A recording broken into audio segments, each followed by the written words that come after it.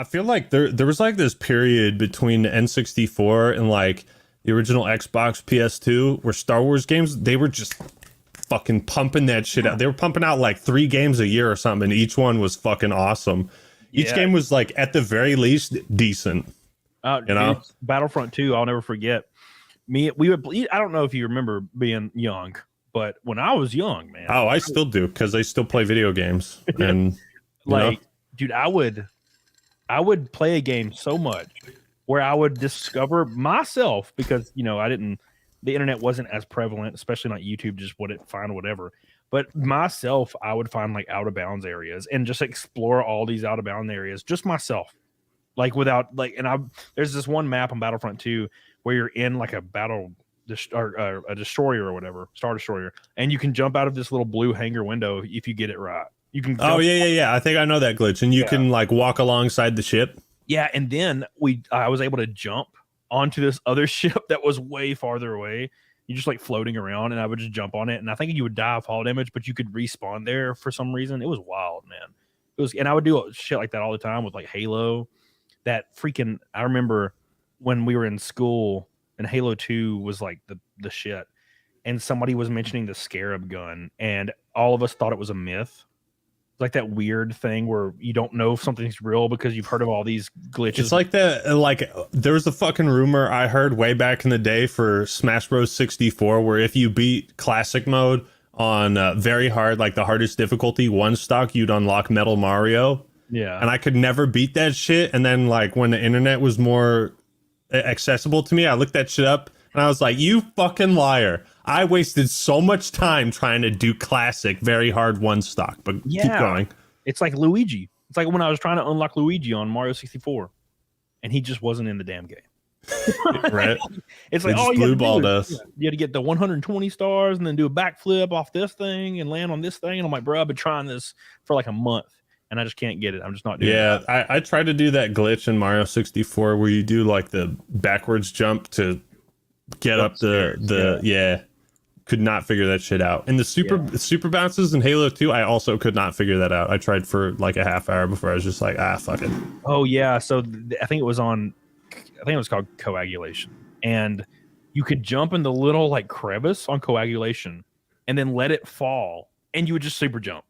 And I could get it like once out of every 5 times, and I thought it was awesome. And my friend Jody was so much better, and he could super bounce across like different maps. Because he was just like, he knew what to do. And I was like, how do you fucking, he's like, boop, boop. Yeah, how the fuck, dude? Yeah. I don't know how people figure some of this shit out. Dude, he was a god. We went to a LAN party back when those were all we did. And we went to like my rich friend's house that had like a mansion. And his like upstairs was just open. Looked like a warehouse, but it was like upstairs. And we would just have 16 TVs lined up. And we'd have all this 16 TVs. God damn. We did a ghetto back in the day. We had like 2 TVs and it was like 4v4. Yeah, that's what I did because I lived in a damn trailer, man. So, but no, we had 16 TVs lined up, all these consoles. We had like Linksys routers or something to connect them together. I didn't know what the hell they did. And we were all playing Halo. And I remember being like, man, like, I'm kicking everybody's ass. And it was because I was like one of the only people that played Xbox Live because it was really, really new.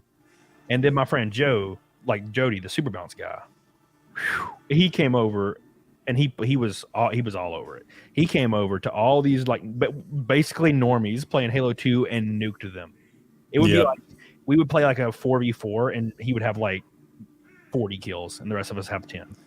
Yeah, I never liked button combos in Halo 2. Like I always appreciated it as a mechanic from like I'm watching the game and seeing people do this shit, but I never like felt like it was fun to get killed by someone who's firing the battle rifle twice as fast as it's like intended to be fired or some crazy shit, That's why I watch people speed run and I don't speed run. Because I used to speed run. Yeah.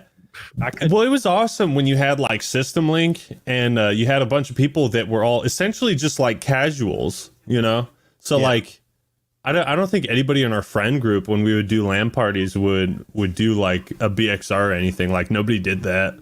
Yeah. And they might do that thing where you would like spam X and melee to just like. Yeah. dude, that was just awesome. Something so pure about being So in a room pure. and just having pizza, and you don't care about nothing. Real quick, this is my alt channel, and my main channel is in danger every day of getting banned as a result of talking with these amazing people very candidly. So please do me a favor and subscribe down below. Helps me out a lot. Get the hell on it, doggone it. Sir Gabriel says, "TheActMan, in terms of game preservation, what are your thoughts on emulation to be able to play games after your hardware is broken?" Well, obviously, it's like game preservation is super important. I mean, there's a difference between like piracy and game preservation. So, oh my God, I need to do this more. But there's a software called, fuck, what is it called? I think it starts with a P. It's like Prosec or some Parsec. There's a software where you can basically, if you emulate a game, you can like put that experience on someone else's computer and basically play like an OG Xbox game as if you're playing it on Xbox Live, right? Yeah. So I did a Star Wars Episode 3 dueling video with Zanny, and we used Parsec, so we could play the game as if we're in the same room, which just isn't possible without this software. Yeah, and that was like so fucking awesome. And like in the past, I played like Custom Robo, and oh my God, because. So, like, as far as game preservation goes, I feel like that sort of thing, like emulation, like, you know, I all the games that I would play on emulators are games that I had already bought for the most part. Or games that are like, you go on eBay and it's like, oh, you want this game $700, please? It's like, no, thank you. Yeah, no way, no. And I don't ever pirate games that are either newer or anything like that. It's all just too easy to just scoop up on Steam or something.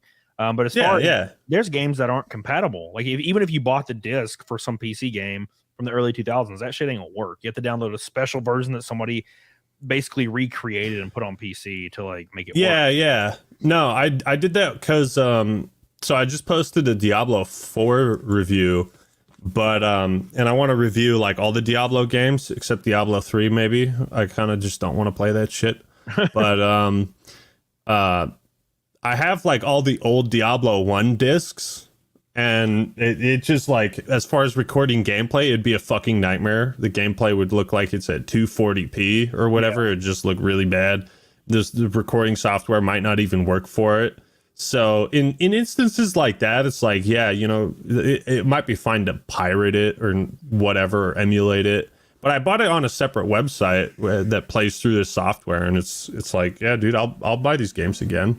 Yeah, that's how it was for Resident Evil 3 on PlayStation 1. So I started speedrunning it on Twitch back in the day before I ever did YouTube stuff.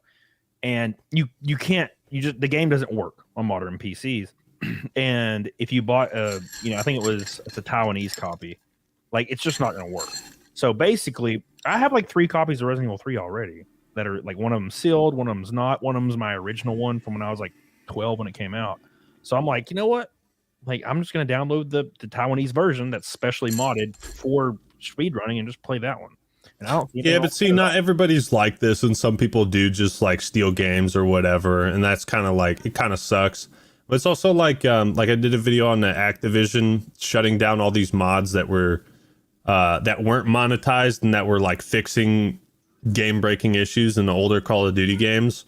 Yeah. It's kind of like I don't know if you remember Nostalrius. Do you remember hearing about that? No. Well, it was like an independent WoW Classic server before WoW Classic. Yeah. Okay. And it was like, it was super popular. It was so popular to the point where Blizzard shut it down, you know? Yeah, I had a 64 on Nostralius or whatever it was called, and then they shut it off. Nostralius. I was like, and then they hired like a couple of the people from it, right, or something. I think they said they were going to, but then they ended up like not working with them much at all. I feel like I did a video on that, but yeah, it's kind of like, you know, I, as far as game preservation goes, it is a very interesting subject, because I feel like a similar way with like League of Legends. Like, there's a lot of old champion designs. Like, if I could go back to League of Legends in like season 3 or season 4 where like all my favorite champions are essentially the same and I can like kick ass with them, you know, I feel like that would be cool. So there is something to say about game preservation. That's why I was so happy when WoW Classic or whatever came out, and then I played the hell out Did of you play it. Wrath? I'm playing Wrath right now. And Is it worth it? Was it worth getting back into? I'm enjoying it, but then I go through stints where I just don't play it for a while. But so I just got out of one of those stints because I was playing Burning Crusade, and I was in, I don't know, Nagarin or something questing, and then I just for some reason just stopped playing. I don't remember what happened. I think the racing gear started, and I started traveling a lot for racing, and I just couldn't get back into it. But I launched it 2 days ago, and I was like, because I saw that Blizzard took my money, and I was like, oh shit, because it always emails me when they take my money. And I was like, you know what? I need to damn play, because I filmed like 4 or 5 videos. And I'm like, I need to start playing play some games because I'm dead inside. And I loaded up. I loaded up WoW. I feel the opposite. I'm like, I need to go outside because I'm dead inside. Yeah.